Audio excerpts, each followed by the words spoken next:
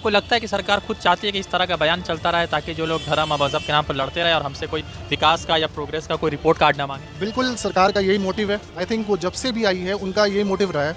उनको जॉब से कुछ लेना देना नहीं है, जीडीपी आज के डेट पे गिरती जा रही है, उनसे उनको कुछ लेना देना नहीं है। वो सिर्फ इसलिए गुमराह कर रहे हैं कि एक्चुअल क्वेश्चंस ना पूछा जाए। और लोग ये डिवाइड एंड रूल पॉलिसी जो अंग्रेज़ों की थी कभी, आजकल बीजेपी उसमें एकदम पूरी तरह से उतर चुकी है। यानी गाली जो है ये कल्चर में आ गई।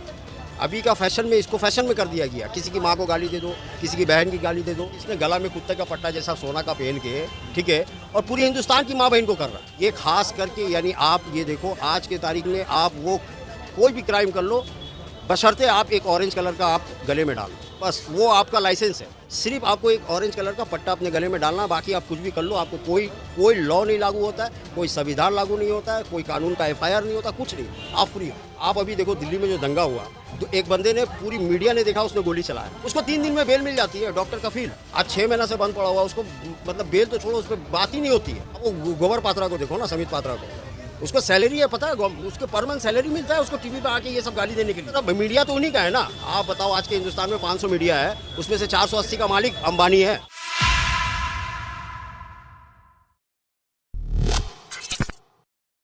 नमस्कार, आदाब, आप सबका स्वागत है यूट्यूब चैनल मिस्टर रिएक्शन वाला पे। एक ज़माना हुआ करता था जब फिल्में बनती थी और फिल्मों में जब गाली का उपयोग होता था, गाली का इस्तेमाल होता था, तो वहाँ पर ट्यून करके टा करके एक आवाज़ आती थी, आपको याद होगा। अब जो है जब से डिजिटल प्लेटफॉर्म आ गया, नेटफ्लिक्स आ गया, अमेजन आ गया, डिज्नी हॉटस्टार आ गया, तो यहाँ पे गाली का एक नया चलन शुरू हो गया। गैंग्स ऑफ वसेपुर से शुरू हुआ और मिर्ज़ापुर और ना जाने कैसे बड़े सीरीज़ है जहाँ पे खासकर गालियाँ जो है लोग सुनने के लिए वेब सीरीज़ देखते थे। मगर एक बंदा ऐसा आता है जिसको जो है गाली देने के लिए ही याद किया जाता है और गाली देने की वजह से वो फेमस होता है। ऐसे लोग जब हमारे समाज में गाली देते हैं तो आप जो है उसे ख़राब आदमी, गंदे कैरेक्टर, पता नहीं क्या क्या चीज़ कहते हैं। जब मगर वो सोशल मीडिया पर आता है, फेसबुक के माध्यम से, इंस्टाग्राम के माध्यम से जब गालियाँ देता है तो आप उसे स्टार बना देते, आप उसके फ़ैन हो जाते, उसके जो है आइकॉन बना देते। और इसी एक बड़ी अपडेट आई है। अपडेट इसलिए बता रहा हूँ कि जिस बंदे ने गाली दी है वो विनय पाठक है, जिसका असल नाम जो है विनय पाठक ज़रूर है मगर वो हिंदुस्तानी भाव के नाम से मशहूर है। और ये हिंदुस्तानी भाव बिग बॉस के सीज़न 13 में भी आया था और खैर वहाँ जीत नहीं पाया, मगर वहाँ पर भी जो है उसके शब्द वैसे नहीं थे जो एक किसी दूसरे बंदे के लिए रिस्पेक्टेड थे। तो अब इसमें एक नया क्लैश शुरू हुआ है और नई चीज़ जो शुरू हुई है वो ये हुआ है कि उसने कुणाल कामरा का नाम लिए बिना मगर डायरेक्टली जो है कुणाल कामरा को गालियाँ दी है, उसकी माँ को गालियाँ दी है, उसके बहनों को गालियाँ दी है और इतनी गंदी गालियाँ दी है कि उस पर जो है मैं बात भी नहीं कर सकता कि उस बंदे ने कैसी गालियाँ दी है। और इसको जो है इंस्टाग्राम पर ये वीडियो अपलोड होता है और इंस्टाग्राम की तरफ से जो फेसबुक के अंडर में आता है, कोई एक जो है कम्युनिटी गाइडलाइंस इशू नहीं होता है, कम्युनिटी गाइडलाइंस जारी नहीं किया जाता। उस पर जो है अब जो है रॉ शुरू हुआ है, अब नया लड़ाई शुरू हो गया।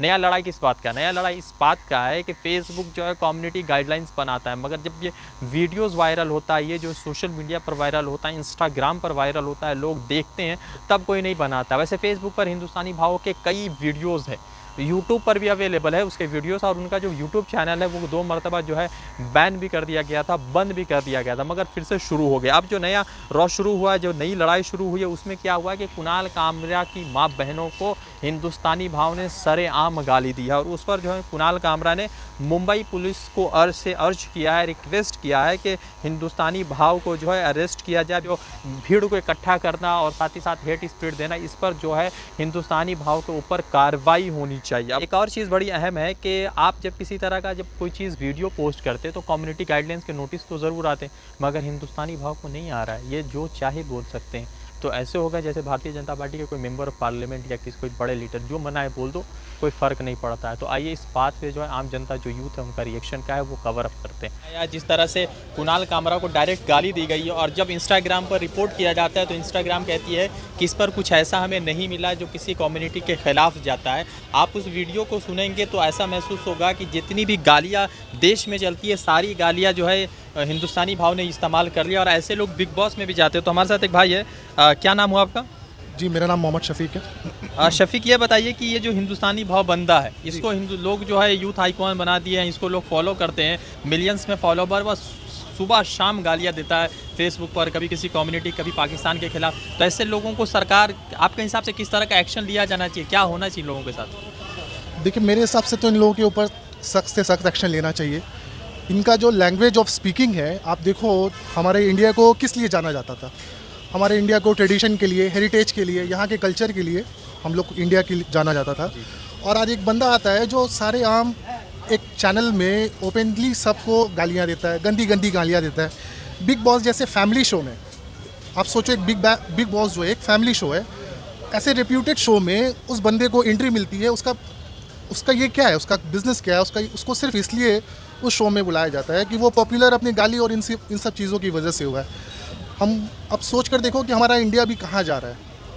इस तरह के बंदे को अगर यूथ आइकॉन बनाए, हमारे कल के जो यंगर जनरेशन है उनको क्या सीख मिलेगा उनसे, वो क्या इंस्पिरेशन लेंगे उनसे, वो गालियाँ देना सीखें उनसे, वो क्या करें। और सबसे हमारे हिसाब से जो सबसे बुरी बात ये जो हमारी प्रेजेंट गवर्नमेंट है, एक छोटे छोटे चीज़ पे जो उनके खिलाफ बोल दें तो उनके खिलाफ एक्शन हो जाता है। एक्टिविस्ट लोग जो है, एक्टिविस्ट आप देख लो, अभी हमारे हाल फिलहाल में यहाँ सीए के प्रोटेस्ट में सफूरा ज़ारगर, एक प्रेग्नेंट लेडी को उन्होंने उठाकर जेल में डाल दिया। ना ह्यूमैनिटेरियन ग्राउंड में, ना किसी चीज़ पे अच्छे खासे दिन उन्होंने जेल पे डाला हुआ था। इस तरह से लोगों को डाल दिया जा रहा है। लेकिन जो एक्चुअल जो कल्प्रिट हैं, ये हिंदुस्तानी भाव हैं और बहुत सारे लोग हैं, इन लोगों के खिलाफ कोई एक्शन कुछ नहीं लिया जाता। आपको लगता है कि सरकार खुद चाहती है कि इस तरह का बयान चलता रहे ताकि जो लोग धर्म और मजहब के नाम पर लड़ते रहे और हमसे कोई विकास का या प्रोग्रेस का कोई रिपोर्ट कार्ड ना मांगे? बिल्कुल, सरकार का यही मोटिव है। वो जब से आई है, आई थिंक वो जब से भी आई है, उनका यही मोटिव रहा है। उनको जॉब से कुछ लेना देना नहीं है। जीडीपी आज के डेट पे गिरती जा रही है, उनसे उनको कुछ लेना देना नहीं है। वो सिर्फ इसलिए गुमराह कर रहे हैं कि एक्चुअल क्वेश्चंस ना पूछा जाए। जो एक्चुअल क्वेश्चंस जो है हमारा रोज़गार का, हमारा जॉब का, वो ना पूछा जाए। और लोग ये डिवाइड एंड रूल पॉलिसी जो अंग्रेज़ों की थी कभी, आजकल बीजेपी उसमें एकदम पूरी तरह से उतर चुकी है। ये धर्म के नाम पे डिवाइड करना, और आप हिंदू मुस्लिम सारा दिन हिंदू मुस्लिम करते रहते हैं, तो डाइवर्ट कर एकदम कम्प्लीटली ये जो टॉपिक जो होना चाहिए उसको कम्प्लीटली डाइवर्ट कर दिया है। और ये फालतू चीज़ों में हमारी यूथ को, हम लोगों को, सबको लगा कर रखा हुआ है। अच्छा, एक बात बताइए, एक चीज़ और जानना चाहेंगे। हमने देखा है कि जो लोग जो सही बात करते हैं सोशल मीडिया पर या मीडिया पर, उनको लोग फॉलो भी नहीं करते। ये लोग जो माँ बहनों की गालियाँ देते, इतनी गंदी गालियाँ देते, उसको लोग फॉलो क्यों करते? क्या है इंटरेस्टिंग, उनको क्या लगता है आपको? ये एक ऐसा मिस्ट्री हो गया है, इसको समझना भी बड़ा मुश्किल हो गया है। एक बंदा गाली देता है माँ बहन के, आप कैसे उस बंदे को अपने घर नहीं लेके जा सकते हो, लेकिन आप उसको आप फॉलो कर रहे हो सोशल मीडिया पे, उसको आप देख रहे हो और उससे आप इंस्पिरेशन ले रहे हो। पता नहीं क्या उनके फॉलोअर्स। प्रधानमंत्री भी फॉलो करते हैं भाई। प्रधानमंत्री ने जो वो क्या नाम है, हमारी एक पत्रकार थी गौरी लंकेश, उनको जिस तरह की गालियाँ दी तो उस बंदे को फॉलो करते हैं, बाकायदे वो बिल्कुल फॉलो करते हैं। और रात को 2:30 बजे आप देखेंगे उनका ट्विटर अकाउंट में देखेंगे, रात को 2:30 बजे हमारे प्रधानमंत्री जो है उसको फॉलो करते हैं, 2:30 बजे रात को। लेकिन वहीं पे अगर कोई आप बताओ कि मतलब ये गवर्नमेंट आई थी किस लिए? विकास के नाम पर। ये आई अच्छे दिन के नाम पे आए थे कि हम विकास करके देंगे। पेट्रोल जहाँ पे बोलते थे, ये 3-4 जो लेते बाबा रामदेव थे, ठीक है, आपको अन्ना हजारे थे, आज अन्ना हजारे कहाँ चल गए? ये स्लीपर सेल जो हम टेररिस्ट को बोलते हैं, ये स्लीपर सेल है। ये बस जगते हैं, कांग्रेस को गिराए और जाके सो गए। आप देख लो अन्ना हजारे, मतलब उनको क्या, जिसके लिए इन्होंने लाल किला जो इन्होंने इतना दिन आंदोलन किया वो लागू हुआ नहीं हुआ। तो फिर ये आंदोलन किस चीज़ का था? ये एंटी कांग्रेस का था। ये संविधान के लिए लड़ने के लिए नहीं खड़ा हुए थे। रामदेव सलवार पहन के भाग गया, वो इसके लिए नहीं था, उसको बिजनेस चलाना था। क्या नाम हुआ आपका? मेरा नाम दौलत अब्बास है। दौलत भाई, ये बताइए कि अभी जो इस तरह का हेट स्पीच का रॉ चल रहा है फेसबुक पे, और फेसबुक भी कहता है कि भाई ये कोई हमारे कम्युनिटी गाइडलाइंस की धज्जियाँ नहीं उड़ाता है, तो कब लगेगा फेसबुक को कि धज्जियाँ उड़ा रहा है? जब राइट हो जाएगा हिंदुस्तान में या कुछ ऐसी चीज़ें हो जाएंगी तब लगेगा क्या? ऐसा है, फेसबुक को भी इंडिया की जो इस वक्त जो रूलिंग पार्टी है ना, उन लोगों ने फेसबुक को जिस तरह इन लोगों ने अभी चाइनीज़ को जो बैन किया ना, ये ब्लैकमेल वाली बिल्कुल, ये जब से 2014 से आया ना, इन लोगों ने ब्लैकमेल का सिस्टम बना रखा है कि आप या तो मेरा हो या तो किसी के नहीं हो, आप कैसे आना चाहते हो मेरे पास आओ। सेम फेसबुक है। आप वो दिन दूर नहीं है कि फेसबुक में आप जो है ना रेप लाइव देखोगे तो भी इसको बोला जाएगा कि ये अभी तक उस लेवल पे नहीं आया है जो हम एक्शन ले सकें। यानी गाली जो है ये कल्चर में आ गया। अभी का फैशन में इसको फैशन में कर दिया गया। किसी की माँ को गाली दे दो, किसी की बहन की गाली दे दो, ठीक है, ये कल्चर का हिस्सा बनाया जा रहा है। ये हमारे नेता प्रमोट कर रहे हैं और इनके जो कॉल सेंटर इन लोगों ने खोल रखा है, आप जो देखेंगे 2 लाख फॉलोअर दिखेगा, उसमें से 1,80,000 इनके खुद के जो पे करके रेट जो सैलरी पे इनके बच्चे जो रख रखा है इन लोगों ने। आप चलो मैं दिखाता हूँ, इन लोग उनको रखा गया है कि आप इसको फॉलो करो, इसको ये करो, ये ट्रेन करो। क्यों? आप यंग जनरेशन, जियो ने नेट फ्री कर दिया, रिलायंस किसके लिए काम करती है सबको पता है, ठीक है। आज वो हिंदुस्तान के लिए काम कर नहीं रही है, ठीक है, गवर्नमेंट के लिए काम कर रही है। उन लोगों ने बोला नेट हाथ में दे दो, आप इतना बिजी रहोगे कि आप जॉब मांगोगे ही नहीं। आप पेट्रोल का दाम बढ़ गया, आपको याद भी नहीं रहेगा कि पेट्रोल का दाम बढ़ा है। आज की जनरेशन से पूछो कि पेट्रोल का दाम बढ़ा, वो थोड़ा देर के लिए सोचेगा। हाँ, ये बात है कि बच्चा के हाथ से दूध हटा के चॉकलेट थमा दिया। बिल्कुल, चॉकलेट थमा दिया जाए, नहीं वही हाल हो गया है कि एक बच्चे का जो है वो अंगूठा चूसने की आदत पड़ी हुई थी, तो माँ बाप परेशान थे कि इसकी अंगूठा चूसने का कैसे करो, तो किसी ने कहा कि इसको ढीला चड्डी पहना दो, तो बेचारा चड्डी संभालने में रह गया, अंगूठा चूसना छोड़ दिया।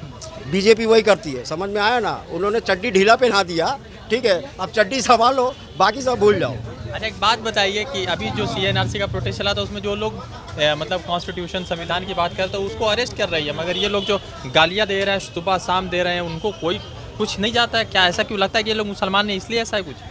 ये तो बिल्कुल, मतलब ये एक तो पहले था कि जब हमने 1947 से पहले देखा था कि डिवाइड एंड रूल्स जो ब्रिटिश अंग्रेजों ने लाया था, इन लोगों ने उसको भी बदल दिया। इन्होंने अब कर दिया डाइवर्ट एंड रूल, यानी आपको जाना है अलीगढ़, ये आपको भेज देंगे बिहार। आपको समझ में भी नहीं आएगा कि हम जा रहे थे अलीगढ़, हम पहुंच गए बिहार कैसे। इतने सातिर है। अब वो गोबर पात्रा को देखो ना, समित पात्रा को, उसको सैलरी है पता है, उसको पर मंथ सैलरी मिलता है उसको टीवी पे आके ये सब गाली देने के लिए। स्पोक्स पर्सन है बीजेपी का। अरे सैलरी है उसका, स्पोक्स पर्सन बना रखा है उसको 25 लाख। वो किस हिसाब से डॉक्टर है भाई? उसके चक्कर में कांग्रेस का नेता टपक गया, आपने देखा ना कुछ दिन पहले, राजीव त्यागी का, ठीक है। तो इन लोगों को हेड ऑफ स्पीच ये चाहिए, इनको कहीं ना कहीं से मुद्दा चाहिए, ताकि हम जो है न्यूज़ चैनल में जो दिखा सके कि आपको वो चीज़ आप मांगे नहीं मुझसे, आप डिमांड नहीं कर सके। इन लोगों ने क्या बोला था, स्मार्ट सिटी बना देंगे, 100 स्मार्ट सिटी बनाएंगे, हम बुलेट ट्रेन ला देंगे। आप सवाल अब गाली दे देंगे, उसमें खुश हो जाएंगे क्योंकि आप सवाल नहीं करेंगे। अगर फ्री बैठेंगे तो दिमाग में आएगा कि भाई कहाँ गया स्मार्ट सिटी, कौन सा एक तो स्मार्ट सिटी दिखा दो, बुलेट ट्रेन कहाँ है ये तो बता दो। 15 लाख तो छोड़ दो, 2 करोड़ लोगों को रोजगार देंगे, लोगों की नौकरी चली गई है। ठीक है। उल्टा ऑपोजिट हो गया, चल गया। इन लोगों ने बेच दिया, एयर इंडिया बेच दिया, इन लोगों ने पेट्रोल बेच दिया, यानी अब बेचने जो 70 साल में जो हम लोगों ने बनाया वो ये बेच रहे हैं, बिक्री कर रहे हैं। अच्छा ठीक है, वो तो खैर बहुत बड़ी बहस है, उस पर तो बातचीत हो सकती है इत्मीनान से। एक सवाल ये भी है कि इस सरकार में ऐसा महसूस हुआ है कि हेट स्पीच जो है बहुत ज़्यादा स्प्रेड कर रहा है और सरकार खुद बैकिंग कर रही है कि भाई हाँ तुम देते रहो ताकि लोग जो है मेरे विकास के मुद्दे को ना देके हेट स्पीच करें, क्योंकि ये भी उसी का हिस्सा है। ये पार्ट ऑफ इनकी पॉलिटिक्स में वो पहले होता था ना, आप देखते थे कि इलेक्शन से पहले वो मैनिफेस्टो बनता था, इनकी मैनिफेस्टो में है ये जो पब्लिश नहीं हुआ है। एक तो इन्होंने मैनिफेस्टो बनाया जो पब्लिश किया कि हम ये काम करेंगे, और एक इन्होंने बनाया कि हम ये करके ही रहना है हमको, जिसमें से हेट स्पीच है। ये लोग मानते क्यों नहीं है? जो लोग वोट कर रहे हैं इनको समझेंगे कब खत्म हो जाएगा चीज़ें? तब जब बात वही होगा ना, जब पूरा लूट जाएगा, जब खत्म हो जाएगा, तब आप क्या करोगे? हमारे प्रधानमंत्री ने तो बोल दिया कि हम झोला उठा के कभी भी चल जाएंगे। आपने सुना होगा ना, पूरी दुनिया ने सुना। उन्होंने डायरेक्ट कहा कि हमारा क्या, हम तो झोला उठाएंगे चल देंगे। तो जो रहेगा वो समझेगा, तो रहना हमको है, रहना आपको है। अच्छा, हिंदुस्तानी भाव के साथ क्या होना चाहिए, क्या एक्शन ले जाना? आप बताओ, अवैसी ब्रदर्स अगर कोई एक स्टेटमेंट दे देता है, बहुत पहले दिया था, ठीक है, एक स्टेटमेंट दिया था कि 15 मिनट के लिए आप बोल दिया उसने, केस चल रहा है, उसके लिए अभी भी केस चल रहा है, आज 4 साल हो गया, ठीक है। और ये जनाब आप देखो, आप ये इसने गला में कुत्ते का पट्टा जैसा सोना का पहन के, ठीक है, और पूरी हिंदुस्तान की माँ बहन को कर रहा है।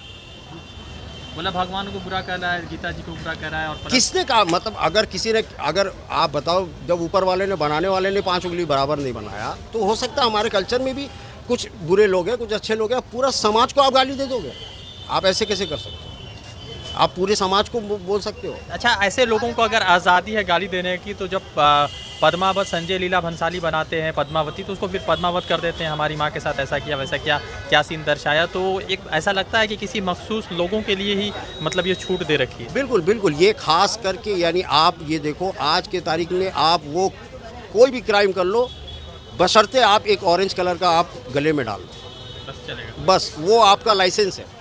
यानी आप 18 प्लस के बाद गवर्नमेंट जो है ड्राइविंग लाइसेंस देती है, इसमें वो एज लिमिट भी नहीं है। यानी इसमें एज लिमिट भी नहीं है, सिर्फ आपको एक ऑरेंज कलर का पट्टा अपने गले में डालना, बाकी आप कुछ भी कर लो, आपको कोई लॉ नहीं लागू होता है, कोई संविधान लागू नहीं होता है, कोई कानून का FIR नहीं होता, कुछ नहीं, आप फ्री हो।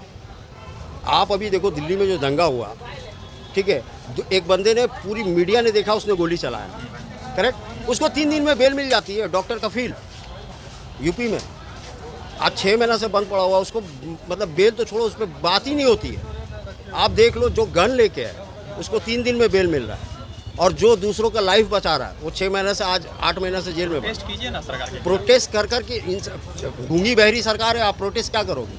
गूंगी बहरी सरकार, कम प्रोटेस्ट हुआ? आप बताओ, NRC CRR में हम लोगों ने कम पूरी हिंदुस्तान के लोग 24 घंटा जागे रहे, कई महीनों तक प्रोटेस्ट हुआ, नतीजा क्या निकला? अमित शाह ने फिर कह दिया कि हम लेके आएंगे। फिर अमित शाह तो खुद अभी हॉस्पिटल में एडमिट है। अरे सब झूठ बात है, वो तो उसको राम मंदिर में घुसने नहीं देना था, उसको कोई कोरोना नहीं है, उसको राम मंदिर के अंदर में एंट्री नहीं देना था, RSS वाला की तरफ से इंस्ट्रक्शन था कि तुमको आना नहीं है, वो कोरोना का पेशेंट बना के अंदर चल गया।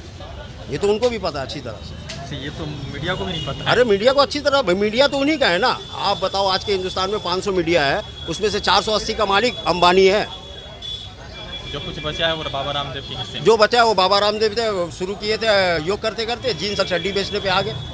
अभी आगे क्या क्या बेचेंगे देखते रहिए।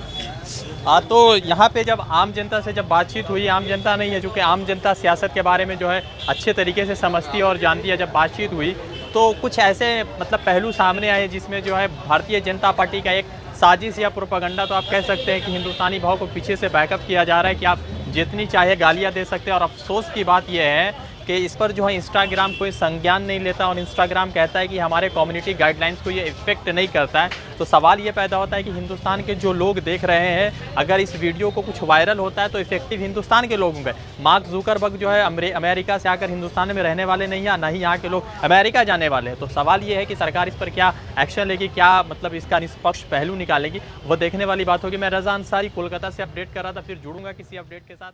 शुक्रिया।